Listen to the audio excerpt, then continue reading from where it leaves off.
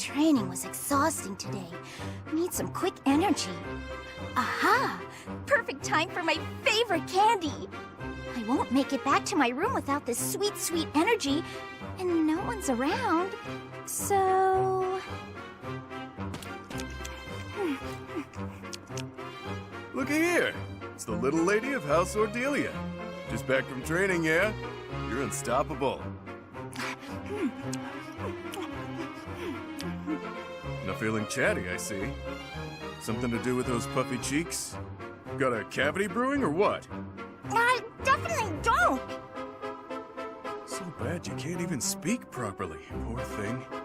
It's okay, I know a guy. He'll have that rotten tooth out in no time. No need! Yep, best in the business.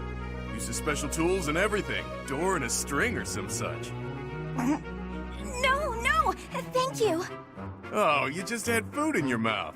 You could have told me that a lot sooner, you know. Wow, placing the blame on me? What a piece of work. But, hey, don't tell anyone? That you were walking around with acorn-stuffed cheeks like some kind of overzealous squirrel? It wasn't acorns, it was candy. Even still, I don't plan on telling anyone a hungry girl ate some food. Not much of a story, really. You don't get it. If people think I'm gnawing on candy, they'll think I'm nothing more than a child. That a fact? I'd say it's downright prudent to fortify yourself any chance you get. Mature, even. Wait, what? Nothing is certain in life, not even your next meal. You never know when you'll be taken into custody and have to go without food and drink for a while.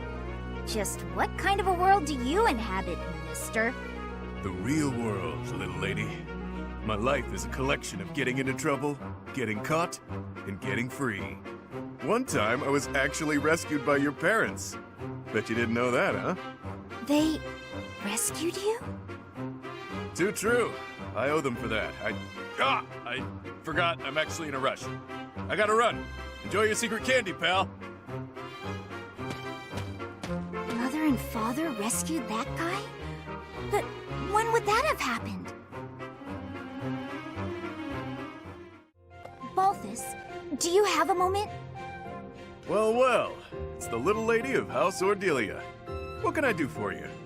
You piqued my interest when you spoke about my parents coming to your rescue. Oh, right. Forgot I let that slip. After I fled my home, I became something of a vagrant, getting into fights, borrowing money I couldn't pay back. The works. Oh, I know all about it. You were quite the vagabond. Wherever I went, I was treated like trash.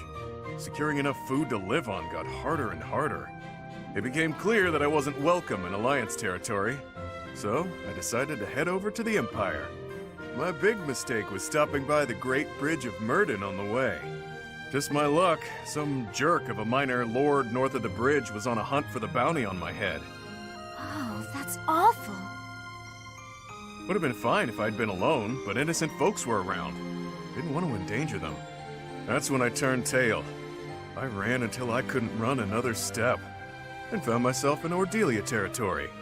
I knew Count Ordelia from when I was still with my family's house, so it seemed like a decent option. I was hoping our history would be enough to secure a place of sanctuary, but no such luck. They refused to take you in? Yeah, I could tell there was some reason behind it. But they told me to get out as fast as I could. Ah, I imagine it was when the Empire was meddling with my family. We lived in shackles back then. Makes sense. Still, I'm grateful. They gave me food and distracted the Empire's cronies so I could escape. I was half dead from starvation, so that meal saved my life. No joke. Your family's the real deal. Just imagine what the Empire would have done to me. I can tell you it wouldn't have been pretty. I have no doubts. We weren't allowed contact with anyone from the outside. It was strictly forbidden. I see. Well, that's when I vowed to find a way to repay them. One day I'll do just that. And when do you intend to carry out this vow of yours? In due honesty, I don't see you as someone capable of carrying out vows right now, or even keeping your things together. Can't argue with that. It'll take me a while to repay that debt, but I will. Just you wait and see.